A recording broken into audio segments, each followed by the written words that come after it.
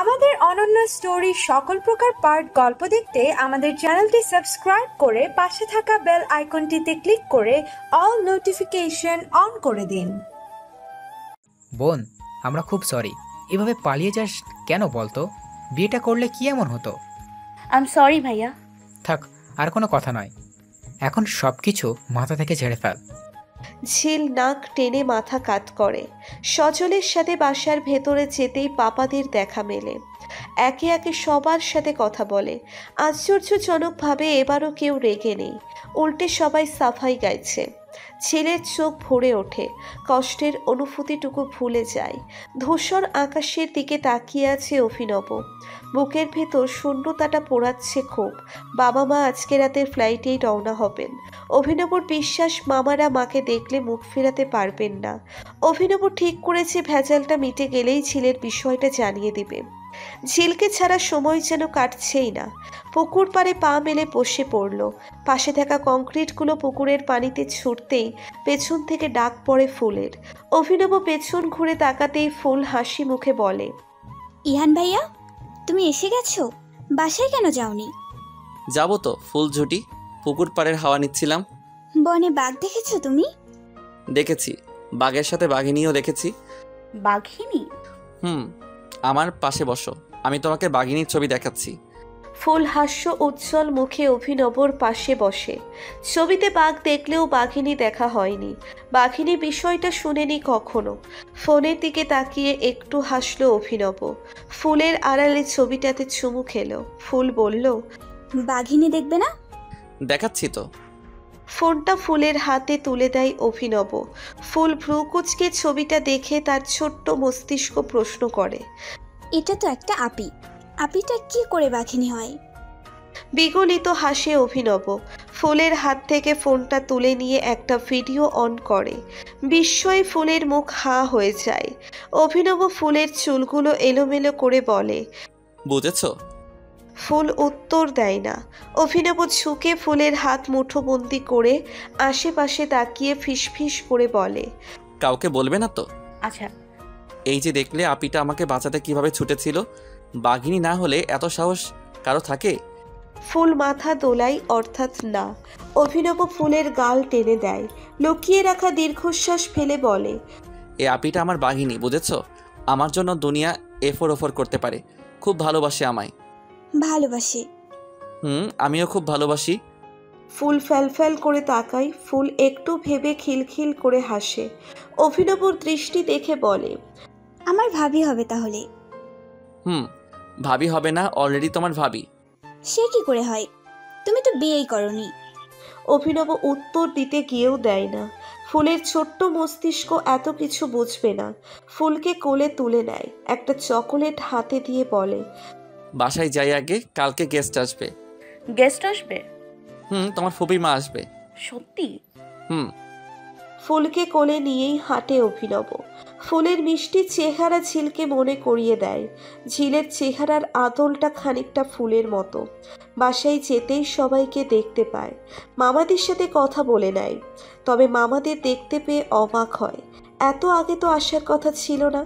ইব্বান শিকদার প্রশস্ত হেসে অভিনবর সাথে আলিঙ্গন করে। কেমন আছিস ইহান? ভালো মামা। তোমরা এত আগে ফিরে এলে যে? কাজ কমপ্লিট হয়ে গেছে? অভিনবর যেন বিশ্বাস হলো না, তবুও কিছু বলল না। আরফানের সাথে আলিঙ্গন করতেই আরফান পিঠ চাপড়ে পড়ল। কেমন গেল টুরটা? বেশ ভালো। তোমাদের কাজ কেমন হলো? ঠিকঠাক। বাঘ মামার সাথে দেখা হয়েছে? ভাইয়ার সাথে তো বাঘিনীর ও দেখা হয়েছে। ফুলের কথা অনুসারে সবাই তাকায়। অভিনব হতচকিতে যায়। ফুলের দিকে ইশারা করে যাতে কিছু না বলে।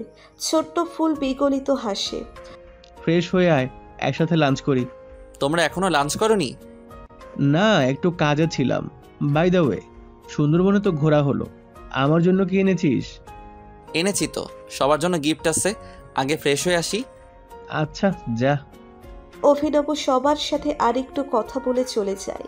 ঝিল এখনো ফোন করেনি, তাই নিজেই নাম্বার ডায়াল করে ফোন করলো। দুবার রিং হয়ে ফোনটা কেটে গেল। অভিনব বুঝতে পারলো ঝিলের পাশে কেউ আছে, তাই আর ফোন করলো না। দ্রুত বাথরুমে গিয়ে শাওয়ার ছেড়ে দিল। মেজাজের শীর্ষে চলে গেছে ইব্বান শিকদার। রাগে গা ঘিন ঘিন করছে। তামিমের মুখে বিষাদের ছায়া। একটু দূরে দুহাত ভাঁজ করে দাঁড়িয়ে আছে সাদাত। শীতের মাঝেও ঘেমে গেছে ছেলেটা, ক্লান্তিতে চোখ মুখ ডেবে গেছে। ইব্বান নিজের রাগকে দমিয়ে অতিশয় শান্ত কণ্ঠে বললেন, আরফানের অবস্থা কেমন? মাথা ফেটে গেছে কাকা। ডান সাইডে অল্প হ্যামারেজ হলেও হাতের কবজিতে বেশ ব্যথা পেয়েছে। মির্জাপুর যেতে বারণ করেছিলাম না, কেন গেছে? লিটন শিকদার মাথা নিচু করে আছেন। ফোঁস করে দম ফেলে বললেন, শান্ত খ ভাই, ছেলেটার মাথা ঠিক ছিল না, না হলে মির্জাপুর কখনোই যেত না। কিসের মাথা ঠিক নেই? বেঁচে ফেরেছে এতেই যা। পুরো গাজীপুর জানে মির্জাপুরের সাথে শিকদার বংশের করলো আফরান। ভুল করলো কি করে? তামিম এতক্ষণে মুখ খুলল। কাকা শান্ত হও তুমি, জানোই তো সামনে নির্বাচন, মির্জা বংশের কেউ যেন ঝামেলা না করে, তাই আরফান ভাই গিয়েছিল। তোমাকে বলেই যেত, তুমি তো কাছে ছিলে না। প্রচণ্ড ক্ষেপে যায় ইব্বান। সামনে থাকা গ্লাসটা ঠেলে ফেলে দেন। বিক্ষিপ্ত গ্লাসটা মেঝেতে গড়াগড়ি খেতে থাকে। শরীর কাঁপছে। মির্জা বংশ যে দোষ 30 বছর পূর্বে, সেই দোষের কোনো ক্ষমা নেই। তাহলে কিসের সখ্যতা তাদের সাথে? দোতলা থেকে নেমে আসে অভিনব। সব কিছু তার মাথার ওপর দিয়ে যাচ্ছে। মামুনি কাঁদছে আর এদিকে চেঁচামেচির শব্দ। প্রচণ্ড রহস্যময় দ্বিধাদ্বন্দ্ব নিয়ে এগিয়ে যায় অফিস কক্ষে। দরজায় নক করে বলে, আসবো? অভিনবর মাত্রাতিরিক্ত শীতল কণ্ঠে সবাই ঘুরে তাকায়। ইব্বান চোখ দিয়ে সবাইকে ইশারা করেন। অভিনব সেটা দেখে ফেললেও কথা বাড়ায় না। হাসি মুখে তামিম এগিয়ে আসে। আরে ভাই আসো না, নক করার কি প্রয়োজন? না তেমন কিছু না। তামিম একটা কথা বলতো, মামনিরা কাঁদছে কেন? তামিমের মুখটা বিষাদে ভরে ওঠে। ফোঁস করে দম ফেলে সে। মুখের অভিব্যক্তি মুহূর্তেই পাল্টে যায়। এক রাশ কষ্ট নিয়ে বলে, আরফান ভাই হসপিটালে। হোয়াট? লিটন উঠে আসে। অভিনবর কাঁধে হাত রেখে বলেন, অ্যাক্সিডেন্ট করেছে। যাই হোক, ওর বউকে খবরটা দেওয়া হয়নি। তুই কি একটু রিমার বাড়ি থেকে রিমাকে নিয়ে আসবি? অভিনব মাথা ঝাঁকায়। লোকেশন নিয়ে চলে যায়। ইব্বান স্বস্তির নিঃশ্বাস ফেলেন। লিটনের বুদ্ধিতে অভিনবর কাছে বিষয়টা ধামা চাপা দেওয়া গেল। ছেলেটাকে এসব ভেজালে জড়াতে চান না উনি। রাহেলা চাচি, রহিমা চাচা, কোথায় তোমরা? অ্যান্টিসেপটিকটা নিয়ে আসো। রাফাতের ডাকে হুড়মুড়িয়ে আসে তারা। মাহিনকে ধরে সোফায় বসিয়ে দেয় রাফাত। ছেলেটার হাতের অবস্থা নাজেহাল। কাচের বোতলের বেশ কিছু অংশ ঢুকে গিয়েছে। অ্যান্টিসেপটিক এনে দিতেই রাফাত যত্ন নিয়ে পরিষ্কার করতে থাকে। ঝাঝালো ব্যথায় আহ করে আর্তনাদ করে ওঠে মাহিন। প্রচণ্ড বিরক্ত হয়ে রাফাত বলে, কেন এমনটা করতে গেলে? মারামারি করার মতো কিছু হয়েছিল? ভোট নিয়ে বলছিল, কিচ্ছু বলিনি।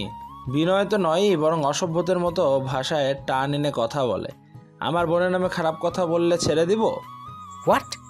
ঝিলের নামে কি বলেছে? কোনোভাবে জেনে গেছে প্রায় সময়ই বাসা থেকে পালিয়ে যায় ঝিল। সেই কারণে দুটো নোংরা ভাষা ব্যবহার করেছে। সহ্য হয়নি আমার। সামনে থাকা কাচের বোতলটা মাথায় ফাটিয়ে দিই। রাফাত দাঁত কিরমির করে ওঠে। চোয়াল শক্ত হয়ে গেছে। আরফানের কল্লাটা কেটে ফেলতে পারলে শান্তি মিলত। রাফাত হাঁক ছেড়ে বলে, রহিম চাচা বা কাকাদের খবর দাও, বলবে গাজীপুর নিয়ে ঝামেলা হয়েছে, দ্রুত বাসায় আসতে। রহিম চাচা চলে যান। রাফাতের হাঁক দেওয়া ডাকে ছুটে আসে ঝিল।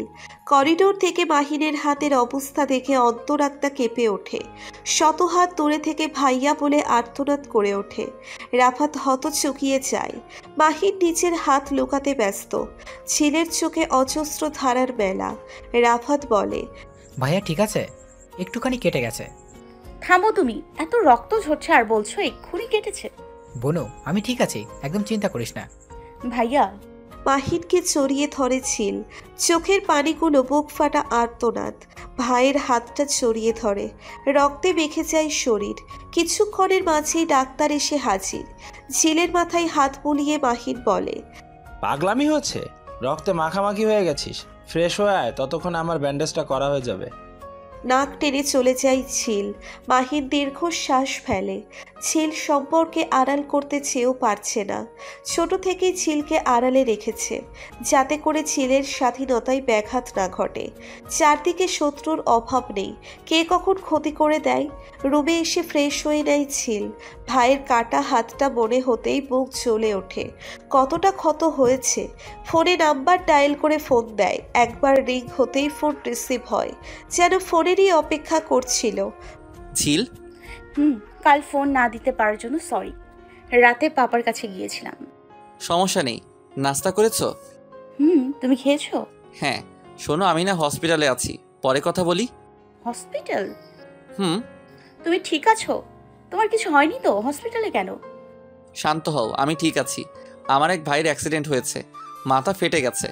কন্ডিশন কেমন? সেফই আছে। আমি রাখছি। আর আজ পাপা আর মম আসবে। আই উইশ সব কিছু ঠিক হয়ে যায়। সেটাই যেন হয়। ফোন রাখে ঝিল। বুক ভারী হয়ে গেছে। মৌনতার আসার কথা, এখনো আসছে না কেন? দুপুরের দিকে এক হাত ভর্তি শপিং ব্যাগ নিয়ে আসে মৌনতা। ঝিলের অবস্থা তখন দেখার মতো। সব থেকে বাজে বিষয় হলো মৌনতার বয়ফ্রেন্ডের সাথে ব্রেকআপ হয়ে গেছে, আর মেয়েটা এক গাদা শপিং করেছে। মনু, এটা কি শুনছি? যা শুনেছিস তাই। আজও ব্রেকআপ কেন হলো তোদের? বাজে মানুষের সাথে ব্রেকআপ ছাড়া আর কি হবে বলতো? মনু, কি করব আমি? অনেক চেয়েছিলাম, চেষ্টা করেছি, কিন্তু ও থাকতে চায় না আমার সাথে। আমার থেকে ও সুন্দরীকে পেয়েছে কিনা। কথাগুলো চিৎকার করেই বলল মৌনতা। চোখ দুটো ভিজে গেছে। স্তব্ধ হয়ে বসে পড়ল ঝিল। ডিভাইনে থাকা ফ্লাওয়ার ফার্স্টে ছিটকে পড়ল পায়ে। খানিকটা ব্যথা পেলেও টু শব্দ করল না। চোখ দুটো ভিজে গেছে মেয়েটার। হঠাৎ করে মৌনতাকে জড়িয়ে ধরল। ডুকরে কাঁদছে মৌনতা। মনু, তুই একদম ভাববি না। যে তোর যোগ্য না তাকে সাথে রাখার মানেই হয় না। ভালোবাসতাম খুব। ঘৃণা করতে হবে। ঝিল। ঝিলকে চড়িয়ে ছমছম করে কাঁদছে মেয়েটা। নাকের পানি চোখের পানি একাকার হয়ে গেছে। দুই বান্ধবীর কান্না দেখে রোহন থমকে গেল। না চাইতেও রুমে ঢুকলো। চোখ দুটো খুলেই রোহনকে দেখতে পেয়ে ছিটকে দূরে সরে গেল মৌনতা। মৌনতার হঠাৎ এমন আচরণে ভ্রুকুচকে তাকায় ঝিল। কাঁদছিস কেন ঝিল? ভাইয়া তুমি? চোখে পানি কেন? আরে কাঁদবো না বলো, বান্ধবীর সাথে কতদিন পর দেখা। উফ বনু, সুন্দরবন থেকে এসেই ফ্যাঁচ ফ্যাঁচ করে কাঁদছিস? বাঘের সাথে প্রেম হলো না তো? ভাইয়া। রোহন হো হো করে হেসে উঠল। ঝিলও হাসল। প্রচণ্ড অস্বস্তিতে পড়ে গেল মৌনতা। হাসবে নাকি কাঁদবে ঠিক ঠাউর করতে পারল না। পরিশেষে হেসেই ফেলল। কপালে বিন্দু বিন্দু ঘাম জমেছে। একটু আগেই অহিত সরকার আর ইহরিমা সরকার এসেছেন। মামারা দরজা বন্ধ করে আছেন। ইহরিমা প্রচণ্ড ভেঙে পড়েছেন। অভিনব আশ্বস্ত করে বলল, প্লিজ মম, এভাবে হেরে যেও না। মামনিরা কতটা খুশি হয়েছে দেখো, মামারাও মেনে নিবেন। ইহরিমা প্লিজ, এভাবে কেঁদো না। গত 20 বছর ভাইয়ের জন্য কেঁদেই চলছো। কি করি বলি তো? সবাই আমাকে দেখা মাত্রই ঘরে গিয়া ডোর লক করে দিল। এতটাই ঘৃণা করে আমায়। ইহরিমা, এমন কেন ভাবছো? তোমার ভাইরাও খুশি হয়েছে দেখো। ভাবে তুমি দেখো নাই কতটা ঘৃণা করে আমায়। ইহরিমা মুখে হাত গুছে কাঁদতে লাগলেন।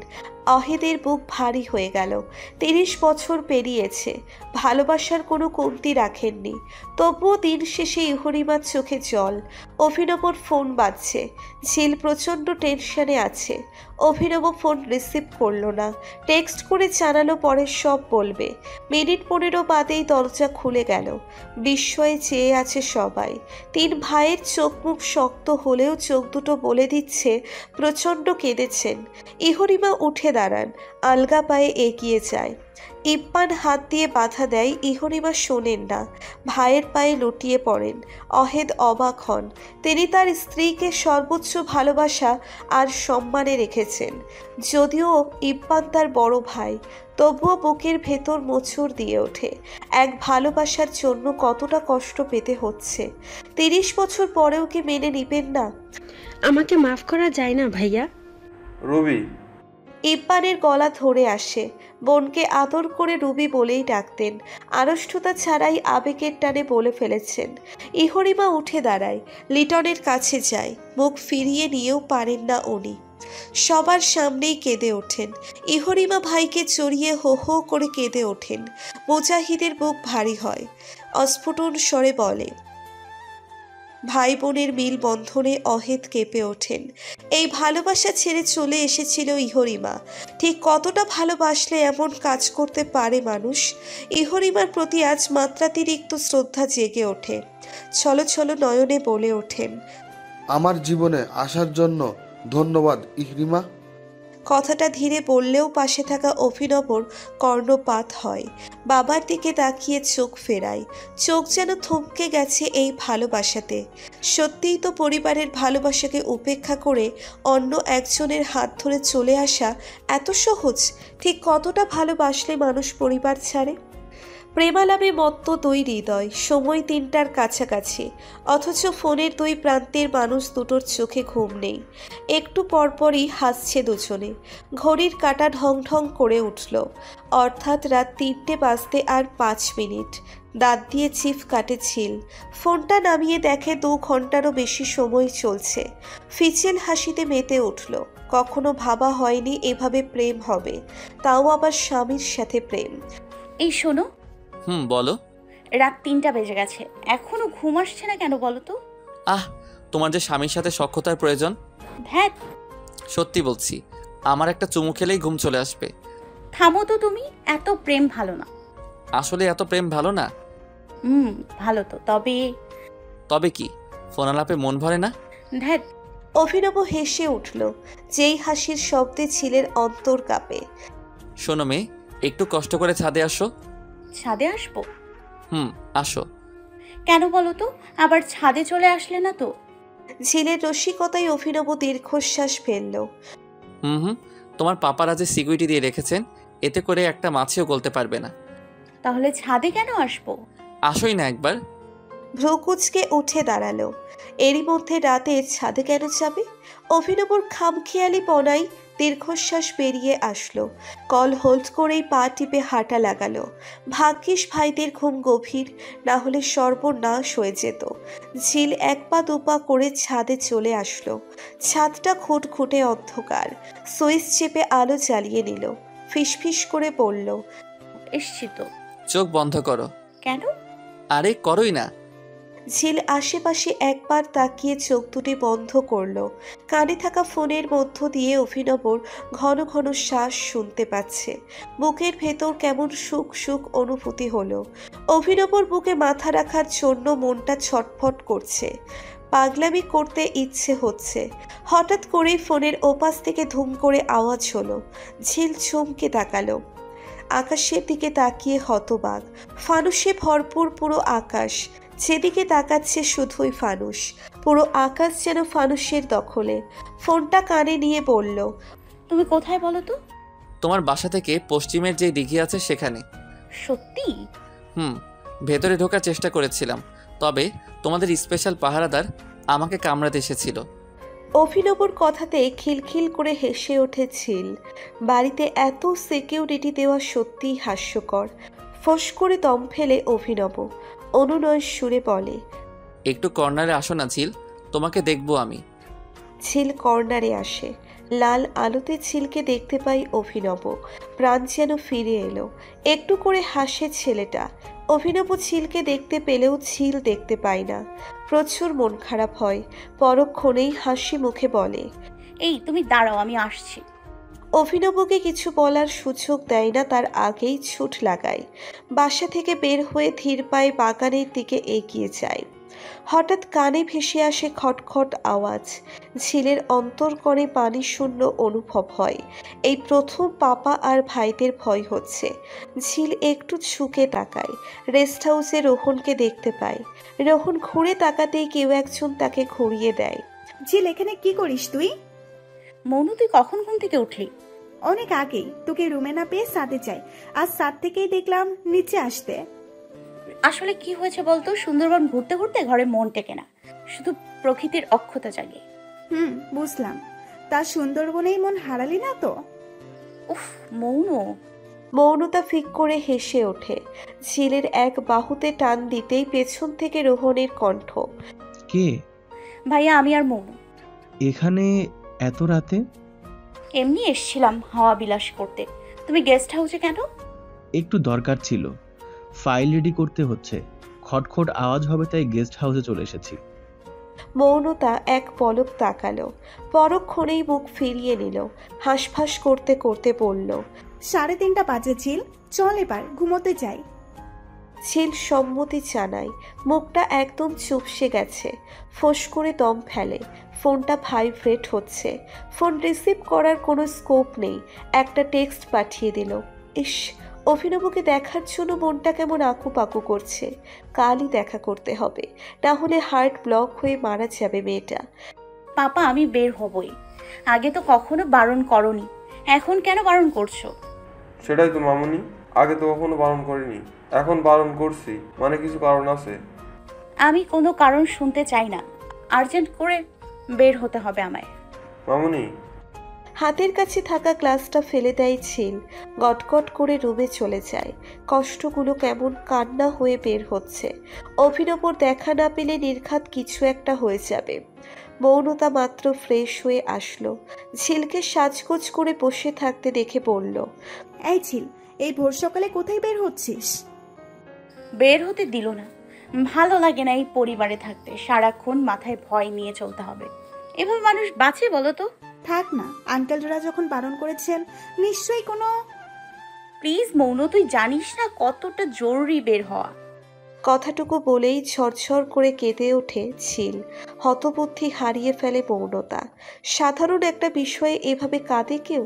ঝিলের দিকে নিষ্পলক চেয়ে থাকে মেয়েটা। ঝিলের বের হওয়ার রহস্য উন্মোচন করতে গিয়ে দীর্ঘশ্বাস বের হয়ে আসে, তবুও বলে, তুই ঠিক কি কারণে বের হতে চাস বলতো ঝিল? এড়িয়ে যেতে গিয়েও পারে না। বেহায়া মন দমিয়ে রাখা ভালোবাসাটুকু প্রকাশ করতে চায়। এক পর্যায়ে সমস্ত কিছু বলে দেয় মেয়েটা। জ্ঞান হারানোর উপক্রম মৌনতার। এত কিছু হয়ে গেল। ভাইয়ের সাথে দেখা করব আমি। হচ্ছে না তো, পাপা তো যেতেই দিচ্ছে না।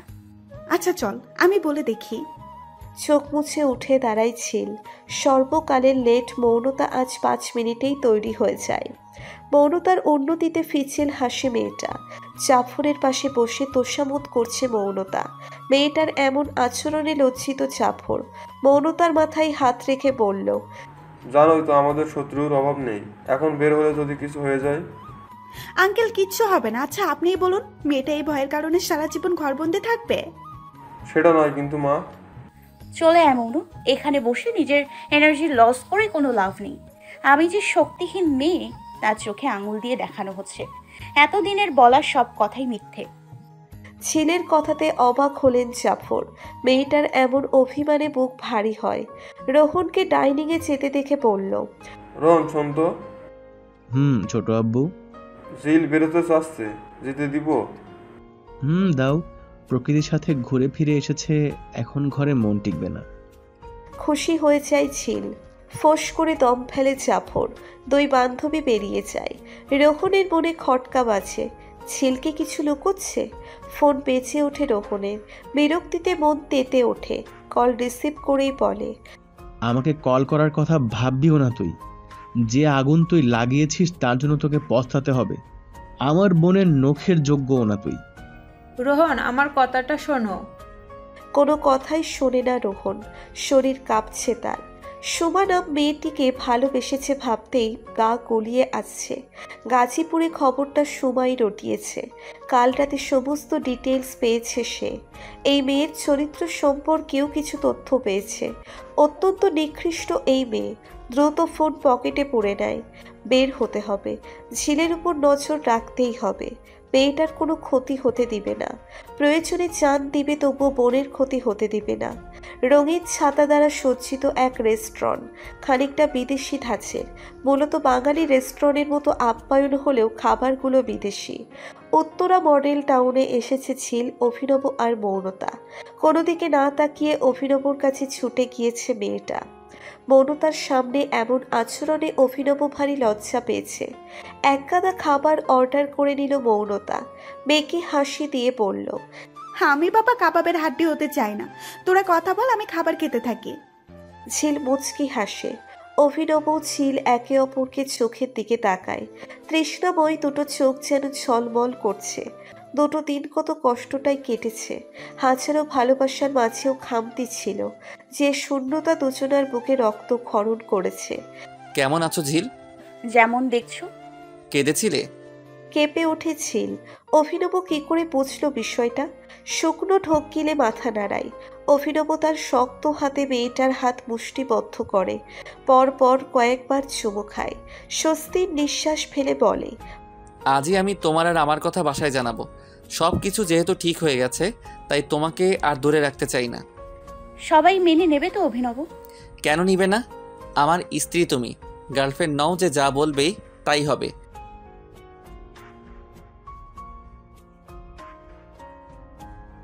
চিন্তা করো না ঝিল, কথা দিলাম সবাইকে নিয়েই আমরা সংসার করব। মৃদু হাসে ঝিল। অভিনবর হাতে ঠোঁট ছুঁইয়ে দেয়। ওপাশ থেকে মৌনতা বলে, ভাইয়া, প্রেম করার জন্য আলাদা স্পেস লাগবে নাকি? না শালিকা, আপনি বলেছেন এতেই আমি খুশি। আমার জন্য এত ভেবেছেন, তাই আপনার হানিমুনের পুরো খরচ আমার। অভিনবর কথায় মৌনতার দম বন্ধ করা হাসি। ঝিল চোখ রাঙিয়ে বলে, অসভ্য হয়ে যাচ্ছ তুমি। অসভ্য তো হতেই হবে বউ। আজব। হুম, আজব না। আমাদের হানিমুনটা কোথায় হবে বলো তো? কোথায়? সাইবেরিয়া যাব ভাবছি। পাগল তুমি? সাধারণ তাপমাত্রায় আমি জমে যাই, আর যাব সাইবেরিয়া?